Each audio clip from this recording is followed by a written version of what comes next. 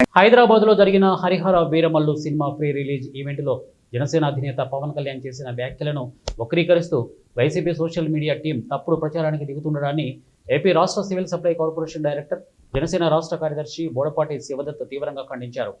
ఈ మేరకు అనకాపల్లి జిల్లా నక్కపల్లి మండల కేంద్రంలోని జనసేన పార్టీ కార్యాలయంలో జనసేన పార్టీ జిల్లా కార్యదర్శి ఆకేటి గోవిందరావుతో కలిసి మీడియా సమావేశం నిర్వహించారు. ఈ సందర్భంగా శివదత్ మాట్లాడుతూ పవన్ కళ్యాణ్ వ్యాఖ్యలను అసభ్య రీతిలో వక్రీకరించి హరిహర వీరమల్లు సినిమాను బహిష్కరించాలని సోషల్ మీడియాలో వైసీపీ చేస్తున్న ప్రచారంపై శివదత్ ఆగ్రహం వ్యక్తం చేశారు. ఇదంతా ప్రజల దృష్టిని మళ్లించే ప్రయత్నం చేస్తున్నారు. వైసీపీ అధికారం కోల్పోయినా ఆ పార్టీ కుట్రలు మాత్రం ఆగడం లేదని అన్నారు.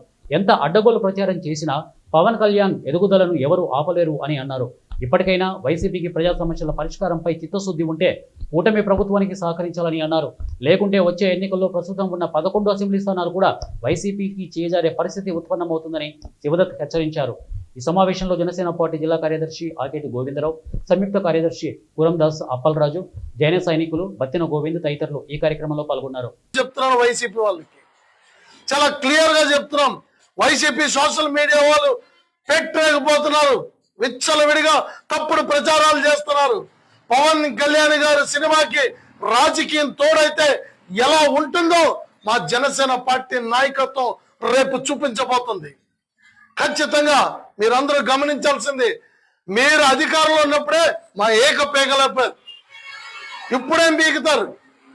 మా సోషల్ మీడియా పవర్ ఏంటో చూపిస్తాం. ప్రతి ఒక్క జన సైనికుడు స్పందిస్తాడు, ప్రతి ఒక్క జనసేన నాయకుడు మరి బాధ్యతగా తీసుకున్నాం.